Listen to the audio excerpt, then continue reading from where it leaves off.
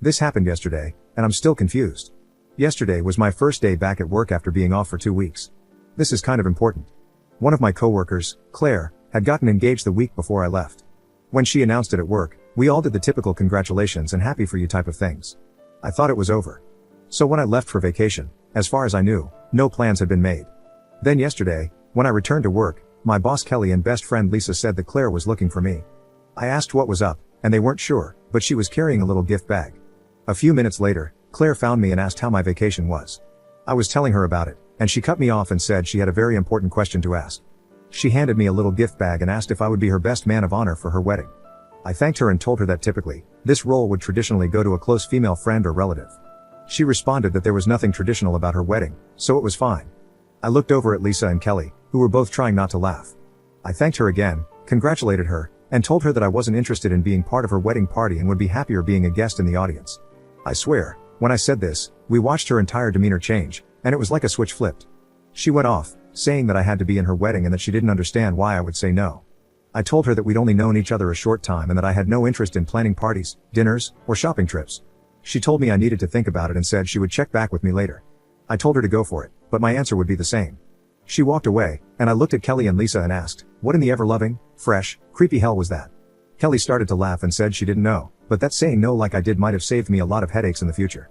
Lisa commented that Claire went straight to bridezilla mode and that this was a glimpse into what she was going to be like. Claire came back today, but she tried a different approach and handed me a list of what she wanted me to do in her vision of how she saw things. I asked her why she was giving me this, and she said that as her man of honor, these were my responsibilities. I told her again that I was not going to do any of this. She started up again, saying that she needed me to do this and how much fun it was going to be. Then she asked, haven't you ever wanted to be part of something special? I told her I already was. I'm a nurse. Enter Kelly, who sensed I needed help, and told Claire one of her patients needed her. I told Kelly that if this kept up, I might really need her help. She said she was already watching it and would step in if needed. What did I miss? We aren't that close. She just transferred to my unit from a different one 6 months ago. I had no idea who she was until then. Lisa is saying that she's close in age to me and might feel that alone is enough of a connection. Did I miss something? When we're asked, are we supposed to automatically gush and jump up and down in excitement? Why is saying no a bad thing? Update 1 day later. Hey everyone, first, I apologize. I never thought this was going to blow up as much as it did. I want all of you to know I read all of your responses and responded to as many as I could. Thank you all for your amazing insights and comments, many of which made me laugh, something I really needed. I've been sick, and it helped cheer me up. I had to meet with my lawyer today regarding family issues. My neighbor slash best friend slash coworker Lisa took me since I felt awful, and driving wasn't a good idea. We were talking about this on the way and we're both asking a lot of the same questions many of you are asking. The biggest one was about the circumstances of Claire's transfer. She went from med-surg 4 watts to the ER, which is a huge change.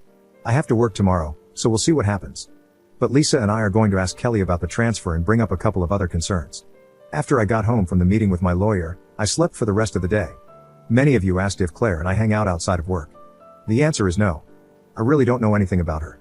I've helped her a few times with patients and other work-related things, but our relationship is 100% work-related.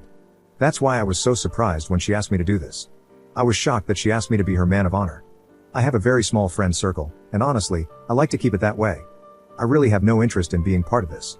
I'm not a wedding person. After reading so many bridezilla stories and hearing about over-the-top weddings, they've become a huge turnoff for me.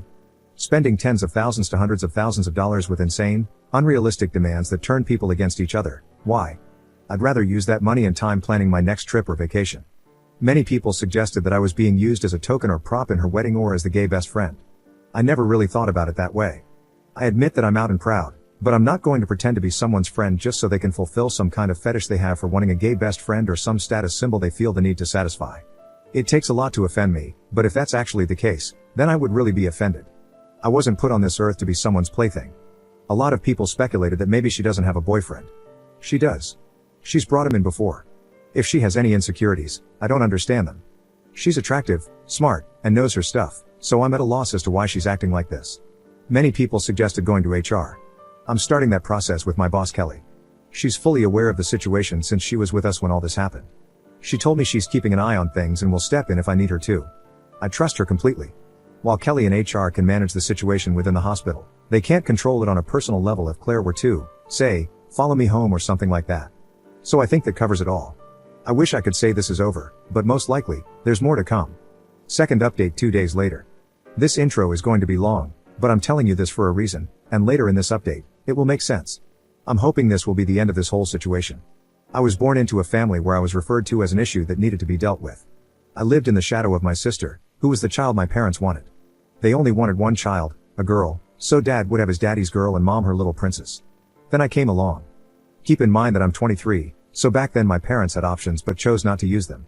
Instead, my parents raised my sister, and I was raised by a nanny, who, even to this day, is one of the biggest influences in my life, and I am so grateful for her. She helped me through so much. I've realized, all these years later, that by being referred to as an issue that needed to be dealt with, my parents deprived me of my humanity, individuality, and self-worth. I think that's why I've worked so hard to establish myself in my career and life, as a way to reclaim my identity and not just be that issue that needed dealing with. This past Thursday, things came to a head with the bridezilla known as Claire, and the truth came out. My best friend Lisa has been sticking close to me when we worked together in case Claire started something. We weren't sure if she'd drop it or start up again. I was really hoping it was done. But she had to try once again. I've been sick, and I had a busy morning, so I just wanted a few minutes to go to the bathroom, grab a quick snack, and maybe breathe. Claire came up with her list and asked if I had a few minutes to talk about the wedding planning. I looked at her and told her again that I was not interested in being part of her wedding, I was not going to help in any way, and that she needed to drop the subject and leave me alone. Once again, she went on about how I was going to do this and how much fun it would be. So I asked, why in the ever-loving, fresh, creepy hell is it so important for me to be your man of honor? I'm not interested, and I'm not doing it. And, as many of you predicted, she was indeed planning on using me as a token or a plaything.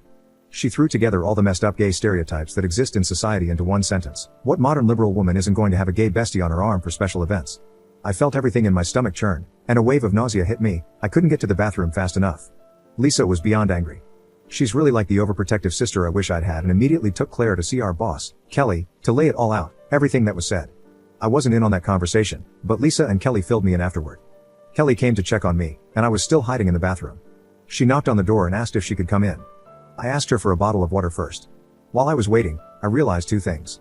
First, I realized why I'd chosen not to hang out with Claire and why I didn't like her. I couldn't put my finger on it before, I just knew there was something that gave me the heebie-jeebies. But now I realized that I didn't like her because she reminded me of my sister. While Claire is educated and employed, she doesn't care about other people or their feelings. She's like my sister in that if she wants something badly enough, she'll figure out how to get it. The second thing I realized was that she did to me exactly what my parents did. She completely dehumanized me, reducing me to an object or token for her purposes. I was just a plaything to her. What really gets me is that, just like my sister, Claire doesn't think she did anything wrong and believes I'm being too sensitive or a delicate snowflake. The next day, an emergency meeting was held at work, and Claire was suspended pending investigation. They're also considering a transfer for her. Kelly has requested that she be terminated, but the director of emergency nursing said that would be a last resort. She's looking into options, which could include transferring Claire to a different hospital or facility.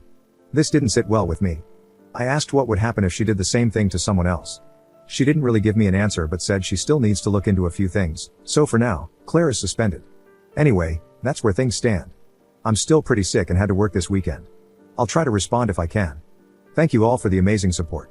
I'm going back to my lawyer to see if he can arrange for a cease and desist letter to make sure she doesn't contact me. Heading to bed now. Have a good night. Edit. I keep forgetting to thank my boyfriend. He has been with me through all of this, mostly in the background.